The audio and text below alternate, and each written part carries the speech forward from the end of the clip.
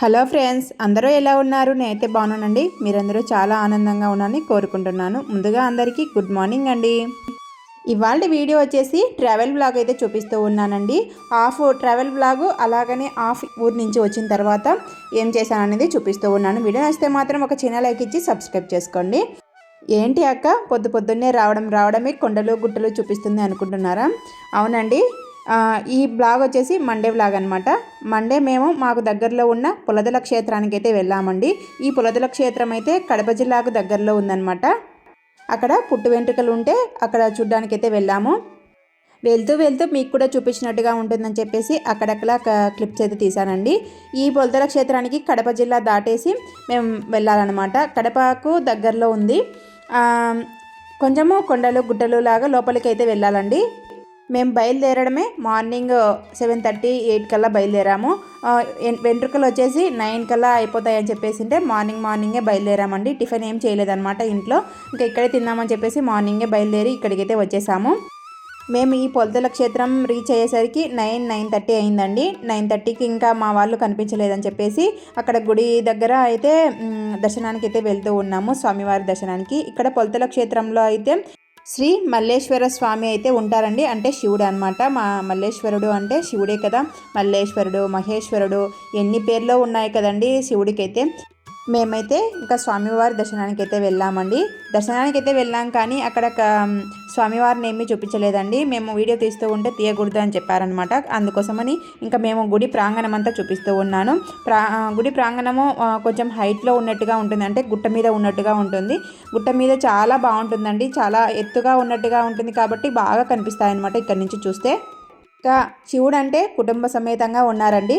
అంటే విఘ్నేశ్వరుడు, సుబ్రహ్మణ్యేశ్వర స్వామి, అలాగనే అమ్మవారు పార్వతీదేవి అమ్మవారు ఇలా కుటుంబ సమేతంగా ఇక్కడ వెలిసారనమాట ఈ మల్లేశ్వర స్వామి అయితే. గుడి ప్రాంగణం అంతా ఇలా ఉంటుందన్నమాట. ఎక్కడండి గుడి ప్రాంగణం అంతా వీడియో తీద్దాము అని అనుకున్నానా, తలనొప్పి అయితే స్టార్ట్ అయిందనమాట. మార్నింగే నాకు టిఫిన్ తినకుంటే తలనొప్పి స్టార్ట్ అయిపోతూ ఉంటుంది. అది ఎందుకో ఏమో తెలియదు, కానీ తలనొప్పి అయితే చాలా బాగా వచ్చేస్తుందండి. అసలు తినేంత వరకు, తిని కొద్దిసేపు పడుకునేంత వరకు ఆ తలనొప్పి పోదనమాట. మార్నింగే ఏం తెలియదు కదండి, 9:30 ఆ లోపల తినేసేయాలన్నమాట. నేను ఏదైనా టిఫిన్ కానీ ఏదైనా కొంచెం తిన్నా నాకు ఆ లోపల చాలా బాగుంటుందండి. లేదంటే తలనొప్పి స్టార్ట్ అయిపోతుంది. తలనొప్పిగా ఉందని చెప్పేసి అక్కడక్కడ క్లిప్స్ అయితే తీశాను. ఈ గుడి పక్కనే కొంచెం పెద్ద శివుడి స్టాచ్యూ అయితే ఉందండి. నేను అక్కడికి వెళ్దాం అనుకున్నాను, కానీ అక్కడికి వెళ్ళలేకపోయాను. అంటే తలనొప్పిగా ఉంది. అసలే ఎండలు అయితే మండిపోతూ ఉన్నాయి. మా వాళ్ళు అయితే కనిపించలేదు మాకు ఇక్కడ. కాబట్టి ఇంకా ఎక్కడికి వెళ్ళలేక ఇంకా దర్శనాన్ని చేసుకొని అక్కడే కూర్చుండిపోయామండి. దర్శనానికి అయితే వెళ్తూ ఉన్నామండి. టికెట్ వచ్చేసి 20 రూపీస్ అంట. ఇంకా మేము టికెట్ తీసేసుకొని దర్శనానికి అయితే వెళ్ళాము అనమాట. ఫస్ట్ అదే విఘ్నేశ్వరుడి దేవస్థానం కదా, ఫస్ట్ విఘ్నేశ్వరుడు అయితే వస్తాడు. ఇక్కడి వరకు తీసానండి. ఇక్కడి నుంచి తీస్తూ ఉంటే ఇంకా పక్కన పోలీస్ ఆయన ఉన్నాడు కదా, ఆయన ఇంకా వీడియో తీయకూడదమ్మా అని చెప్పేస్తే ఇంకా పెట్టేశానండి. ఇంకా ఎక్కడ వీడియో అనేది తీయలేదు స్వామివార్లను అయితే. ఇంకా దర్శనం చేసేసుకొని ఇంటికి వాళ్ళను వెతుకుదామని చెప్పేసి బయలుదేరామండి మేమైతే. ఈ పుణ్యక్షేత్రము కొంచెము కొండలు గుట్టలు ఉన్నాయి కాబట్టి సిగ్నల్స్ అయితే అస్సలు లేవండి. చేద్దామన్నా కూడా ఒక్కరికి కూడా ఫోన్ అవైలబుల్గా లేదు. అసలు సిగ్నల్ నాట్ రీచబుల్ అని అంటూనే ఉంటుందన్నమాట ఫోన్ అయితే. ఇంకా మేము సిగ్నల్స్ పనిచేయలేదని చెప్పేసి అక్కడనే వెతుకుతూ ఉన్నాము. అక్కడనే గుడి దగ్గర నుంచి ఇక్కడ కొద్దిగా డిస్టెన్స్లోనే అక్కదేవతలు అయితే ఉన్నారనమాట.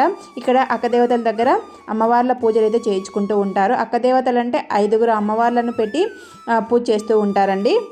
అక్కదేవతలు అంటే ఇప్పుడు నేను చూపించేది అక్కదేవతలు కాదండి. ఇక్కడ కొద్దిగా ఏదో బ్రహ్మోత్సవాల్లాగా అక్కడ స్వామివార్లను అలంకరించేసి ఏదో భజనలాగా చేస్తూ ఉన్నారండి. నేనైతే అక్కడ ఒక క్లిప్ అయితే తీశాను అనమాట. అప్పటికే టైం వచ్చేసి 12:30 అయిందండి. మేము వెతుక్కొని వాళ్ళను చూసి అలాగనే పుట్టు వెంట్రుకలు అంటే గిఫ్ట్లు అయితే తీసుకొస్తాం కదండి, ఆ గిఫ్ట్ ఇచ్చి అవన్నీ చేసేసరికి మేము తినేసేసరికి 12:30 అయిందండి. ఆ వీడియో క్లిప్స్ అయితే ఏమీ తీయలేదండి. ఇంకా మేము 12:30 ఆ టైం అయిపోయిందని చెప్పేసి ఇంటికైతే బయలుదేరామండి. అసలు అక్క దేవతల దగ్గరికి అయితే వెళ్దాం అనుకున్నానండి. అసలు అక్క దేవతల దగ్గరికి కూడా అస్సలు వెళ్ళలేదనమాట. అక్కడ చూసేసుకొని ఇంకా ఇంటికైతే బయలుదేరాము. ఇక్కడ గుడి దగ్గర నుంచి అదే పుట్టి వెంట్రుకల దగ్గర నుంచి ఇక్కడ వస్తూ ఉంటే అన్నదాన సత్రాలు, అలాగని ఇక్కడ కొంచెం సోమవారాలు అయితే చాలా బాగా జరుగుతాయండి. సోమవారం కాబట్టి మేము వెంట్రుకలకు వెళ్ళింది. అక్కడ బొమ్మలు అన్నీ పెట్టేసి ఉన్నారు. సోమవారము చాలా జనాలు వస్తారండి. మామూలు రోజులలో అయితే అసలు జనాలు అయితే ఉండరు. సోమవారాల పూట అలాగనే బ్రహ్మోత్సవాలు ఇలా జరుగుతూ ఉంటాయి. ఆ రోజులలో అయితే జనాలు అయితే విపరీతంగా వస్తూ ఉంటారు. అక్క దేవతల దగ్గర కూడా చాలా మంది జనాలు వస్తారండి. అక్కడ పూజ చేయించుకుందాం అనుకున్నాం కానీ కుదరలేదనమాట. ఇంకా మేము ఇంటికైతే బయలుదేరాము. ఇంటి నుంచి ఇంటికి దారిలో అయితే పైన గుట్ట మీద శివుడి దేవాలయం ఉందని చెప్పాను కదండి. శివుడి దేవాలయం పక్కనే మనకు ఇలా శివుని అయితే పెద్ద స్టాచ్యూ అయితే కనపడుతూ ఉంటుంది.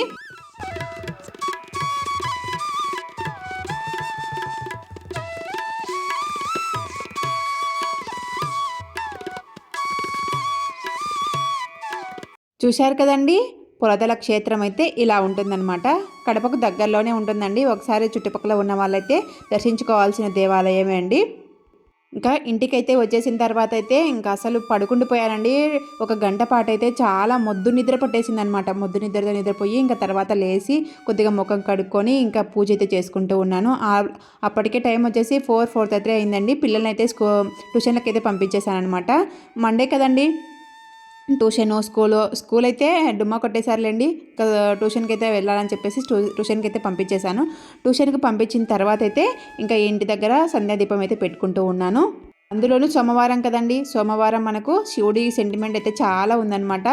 పూజ అంతా ముగించుకున్న తర్వాత డిన్నర్లోకి వచ్చేసి సొరకాయ ఇగురు అయితే పెట్టేస్తూ ఉన్నాను. ఈ సొరకాయ ఇగురు చాలా టేస్టీగా ఉంటుందండి. చాలా చాలా సింపుల్ అనమాట. ఇంట్లో ఉండే ఇంగ్రీడియంట్స్తోనే నేను చేస్తూ ఉంటానండి. ఎటువంటి మసాలాలు చేయాల్సిన అవసరం లేదు వీటికైతే. కాబట్టి సొరకాయ ఆల్మోస్ట్ మంచిదే కదండి. వాటర్ కంటెంట్ ఎక్కువగా ఉంటుంది కాబట్టి, అందులోనూ ఈ సమ్మర్లో వాటర్ కంటెంట్ ఎక్కువగా తీసుకోవాలి కాబట్టి సొరకాయ అయితే చేస్తూ ఉన్నాను. సొరకాయ ఇగురు అయితే పెడుతూ ఉన్నాను. సొరకాయ ఇగురులోకి సొరకాయలు అయితే ముక్కలా కట్ చేసుకొని పక్కన పెట్టేసుకున్నానండి. పక్కన పెట్టేసుకున్న తర్వాత బాండీలో 2 టేబుల్ స్పూన్ ఆయిల్ వేసేసి జీలకర్ర ఆవాలు వేసేసానండి.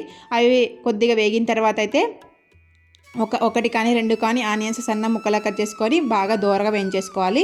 అది దోరగా వేయించిన తర్వాత అయితే ఇలా సొరకాయ ముక్కలు అయితే వేస్తూ ఉన్నాను.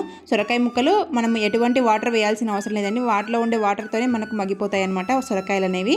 అవి కొద్దిగా వేసి కలిపేసిన తర్వాత అయితే 3 టమాటాలను అయితే సన్న ముక్కలా కట్ చేసుకొని వేసేసుకున్నాను అనమాట. అన్నీ ఒకటేసారి మగ్గిపోతాయని చెప్పేసి. సొరకాయ ఈజీగా మగ్గిపోతుందండి. చాలా చాలా తొందరగా మెత్తబడిపోతుంది అనమాట. కాబట్టి మనం వాటర్ వేయాల్సిన అవసరం లేదు. కొంచెం పసుపు ఉప్పు వేసామంటే వాటిలో ఉండే వాటర్ అంతా బయటకు వచ్చేసి బాగా ఉడికిపోతుంది. ఇంకా కొద్దిగా నేను పసుపు ఉప్పు వేసేసి బాగా కలిపెట్టేసి మూత పెట్టేస్తూ ఉన్నాను.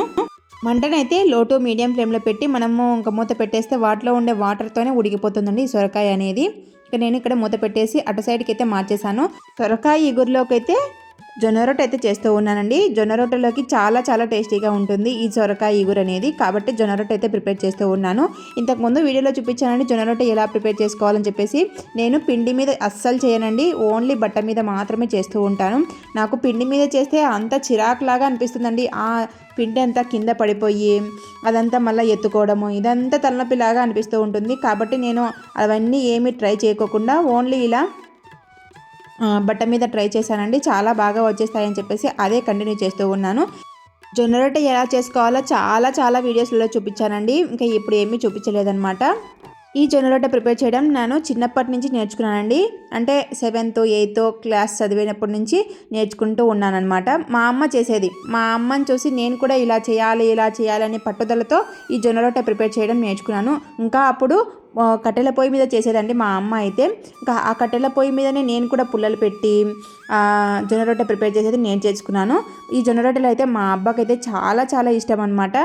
జొన్న రొట్టెను మనం ఎప్పుడు కూడా హై ఫ్లేమ్లో పెట్టి మాత్రమే కాల్చుకోవాలండి. లో ఫ్లేమ్లో పెడితే అస్సలు కాగవన్నమాట.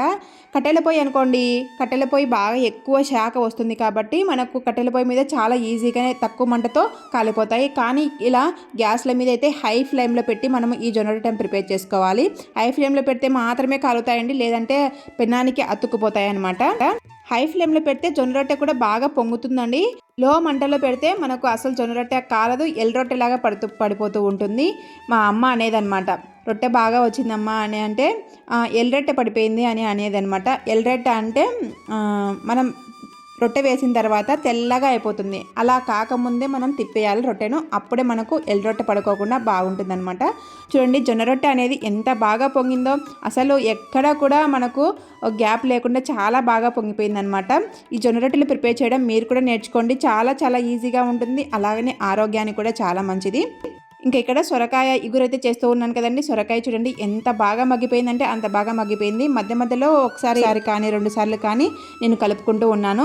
కలుపుకుంటూ ఈ సొరకాయలు అయితే మగ్గించుకున్నాను అనమాట. మగ్గించుకున్న తర్వాత ఒకసారి అంతా కలుపుకున్న తర్వాత అందులో పసుపు వేసాం కదండి మనము, పసుపు సాల్ట్ కొద్దిగా అయితే వేసామన్నమాట. ఇప్పుడు రుచికి తగినట్టుగా కారం, అలాగనే 1.5 టేబుల్ స్పూన్ ధనియాల పొడి, అలాగనే 1 టేబుల్ స్పూన్ జీలకర్ర వేసేసుకొని, అలాగనే రుచికి సరిపడా కొద్దిగా సాల్ట్ వేసేసుకొని మనం కలిపేసుకొని కొద్దిగా లో టు మీడియం ఫ్లేమ్లో పెట్టి ఒక 5 నిమిషాలు మగ్గించుకోవాలండి. ఇలా మగ్గించుకుంటే మనకు సొరకాయ ఇగురు అనేది రెడీ అయిపోతుంది.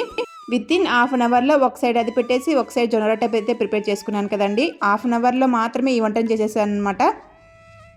ఇలా తొందరగా చేయాలనుకుంటే ఇలా 2 పొయ్యి మీద 2 పెట్టేసి చేస్తూ ఉంటాను. సొరకాయ కూర అయితే రెడీ అయిపోయిందండి. పైన నేను ఇక్కడ కరివేపాకు అయితే చల్లేసి ఇంకా మూత పెట్టేశాను, స్టవ్ ఆఫ్ చేసేసి. నేను కరెక్ట్గా డిన్నర్ తయారు చేసే లోపల పిల్లలైతే ఇంటికి వచ్చేసారండి ట్యూషన్ నుంచి. ఇంకా ఆ టైం అయిపోయిందనమాట. 7:30 కల్లా ఇంటికి వచ్చేస్తారండి. 7:30కి వచ్చిన తర్వాత ఇంకా డిన్నర్ అయింది కదా, అన్నీ ప్రిపేర్ చేశాను కదా అని చెప్పేసి ఇంకా డిన్నర్ అయితే తినేసి, ఇంకా తర్వాత డిన్నర్ తిన్న తర్వాత ఇక్కడ దోసపిండిని అయితే పడుతూ ఉన్నాను. ఈ దోసపిండి నేను ఇంటికి అంటే పొలత నుండి ఇంటికి వచ్చిన తర్వాత పడుకుని లేచిన తర్వాత 4:30 ఆ టైంలో నానబెట్టేశానండి. ఎందుకంటే ఇప్పుడు మనకు ఎండల కాలం కదా, సమ్మర్ నడుస్తుంది, మనం ఎక్కువసేపు బియ్యాన్ని నానబెట్టామనుకోండి అవి పులిసినట్టుగా ఉంటాయి. కాబట్టి నేను ఎక్కువసేపు నానతాయని చెప్పేసి 4:30 ఆ టైంకి అయితే నానబెట్టేశాను. చాలా బాగా నానిపోయండి 4:30కి నానబెట్టేసిన. ఎందుకంటే మనకు పగలు ఎక్కువ రాత్రి తక్కువగా ఉంటుంది కాబట్టి తొందరగా నానిపోతాయండి. నేను వేసుకునే డ్రెస్ అయితే గుర్తుపట్టారా? నేనే కదండి స్టిచ్ చేసుకుంది, నైరా కట్ అనమాట. నైరా కట్ డ్రెస్ అయితే నేనే స్టిచ్ చేసుకున్నాను. చాలా చాలా బాగుంటుందండి, చాలా కంఫర్టబుల్గా ఉంటుందన్నమాట నేను ఇది వేసుకోవడం వల్ల. దోసపిండి అయితే పట్టేశానండి. దోసపిండి అంతా పట్టేసిన తర్వాత అయితే ఇక్కడ ఇంకా కిచెన్ అంతా క్లీన్ చేసుకుంటూ ఉన్నాను. కిచెన్ అంతా నైటే క్లీన్ చేసుకొని పక్కన పెట్టేసుకుంటానండి. ఎందుకంటే మార్నింగ్ హడావిడి లేకుండా నైటే అంతా క్లీన్ చేసుకొని ఆ గిన్నెలన్నీ కడుక్కొని నీట్గా పెట్టేసుకుంటాను. వీడియో నచ్చితే ఒక చిన్న లైక్ ఇచ్చి సబ్స్క్రైబ్ చేసుకోండి. వీడియో నచ్చితే మాత్రం ఒక చిన్న లైక్ ఇవ్వడానికి అయితే ట్రై చేయండి. మీరు ఇచ్చే లైక్ వల్ల నాకు మోర్ వీడియోస్ చేయాలనిపిస్తూ ఉంటుందండి. అసలే మన వీడియోస్ అంతంత మాత్రమే వ్యూస్ వస్తూ ఉంటాయి. మీరు ఇచ్చే లైక్ వల్ల నా వ్యూస్ కొద్దిగా పెరుగుతాయని నా ఒపీనియన్ అనమాట. కాబట్టి ఒక చిన్న లైక్ ఇచ్చి సబ్స్క్రైబ్ చేసుకోండి. మీకు ఇంట్రెస్ట్ ఉంటేనే సబ్స్క్రైబ్ చేసుకోండి, లేదంటే లేదనమాట. ఇంకా కిచెన్ కౌంటర్ టాప్ అంతా నీట్గా క్లీన్ చేసుకున్నానండి. ఈవినింగ్ స్నాక్స్లోకి అయితే అదే పుచ్చకాయ అయితే తిన్నామండి. పుచ్చకాయ తిన్నప్పుడు అదంతా ఉంటుంది కదా, ఆ పీల్ అంతా కూడా అలానే పెట్టేశాను, ఆవుల కన్నా పెడదామని చెప్పేసి. ఆ పీల్ అంతా ఇంకా నైట్ అంతా క్లీన్ చేసుకున్న తర్వాత అలాగనే కసువు అంతా ఉంటుంది కదా, ఆ కసువు అంతా బయట వేద్దామని చెప్పేసి తీసుకెళ్తూ ఉన్నాను. మీరు ఇలా చెత్త అంతా కూడా నైట్ బయట పడేస్తారా లేదా కింద కామెంట్ కామెంట్ చేయండి. వీడియో నచ్చితే మాత్రం ఒక చిన్న లైక్ ఇచ్చి సబ్స్క్రైబ్ చేసుకోండి. మరొక మంచి వీడియోతో మళ్ళీ కలుస్తాను, ఉంటాను.